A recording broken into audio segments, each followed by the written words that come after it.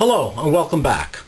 Although in today's video I construct a dresser drawer, my main focus wasn't in how to construct a dresser drawer, but rather how one man's junk could turn out to be another man's movable workstation and storage solution. So without further delay, let's get to the video. When I picked up this dresser, it had a missing drawer, some busted out corners, and a wobbly drawer.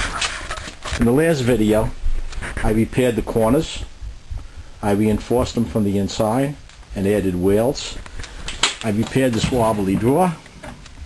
Now all that's left is to build the replacement drawer. I'm going to use the materials that I have on hand.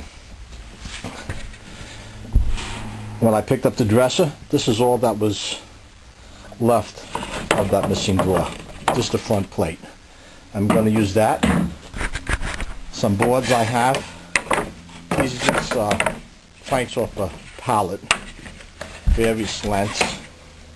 The one that's painted came from another project that I had before. And I have this old plywood laying around. Unfortunately it's two pieces, but I'm going to cut it down and square it off. Pallet boards are going to be used for the front and the side, and the plywood is going to be used for the bottom.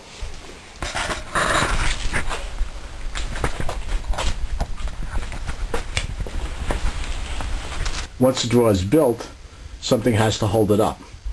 I'll be cutting and installing a runner on each side of the dresser. One on this end, one on this end. So now, all that's left to do is some measuring, cutting, the inside of the dresser drawer.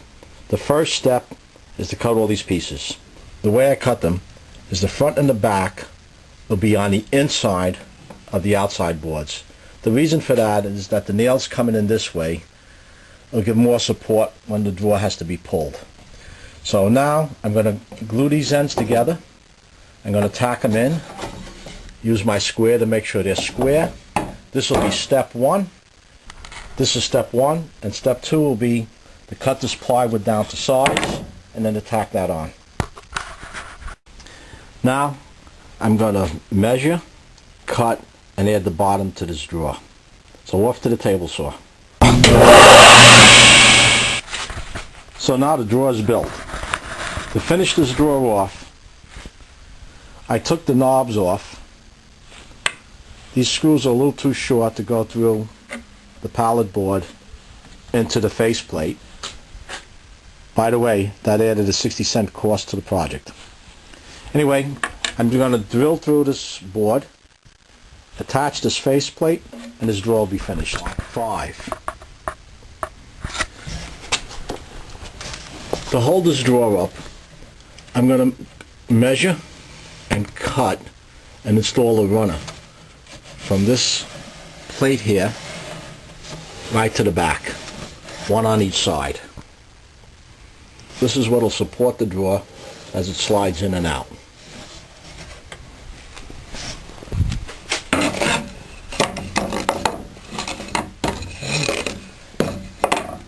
Okay, after measuring and cutting, this is what I came up with. These runners will be added like this. I have the notch to go under the plate. They'll be glued and tacked to the side, and this front piece and the runner on each side will hold that drawer up. I'll be back as soon as this is installed. For under $10 and some material that I had on hand, I reconstructed this drawer, and this is a 3/4 inch plywood bottom. Used 3/4 inch because that's what I had laying around. A couple old pieces of scrap, you can see it's split over here. I nailed it on the bottom, had a couple of screws, didn't put any glue on the bottom of that. Did put glue in the corners of the drawers and tacked them inward, but because I plan on putting heavy tools in here, I did screw a stop in so this drawer can't come out.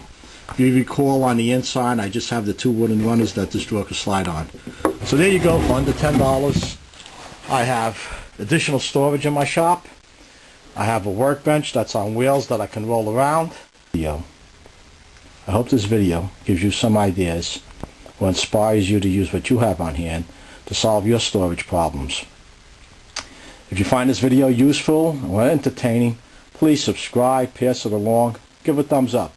Until next time, stay warm.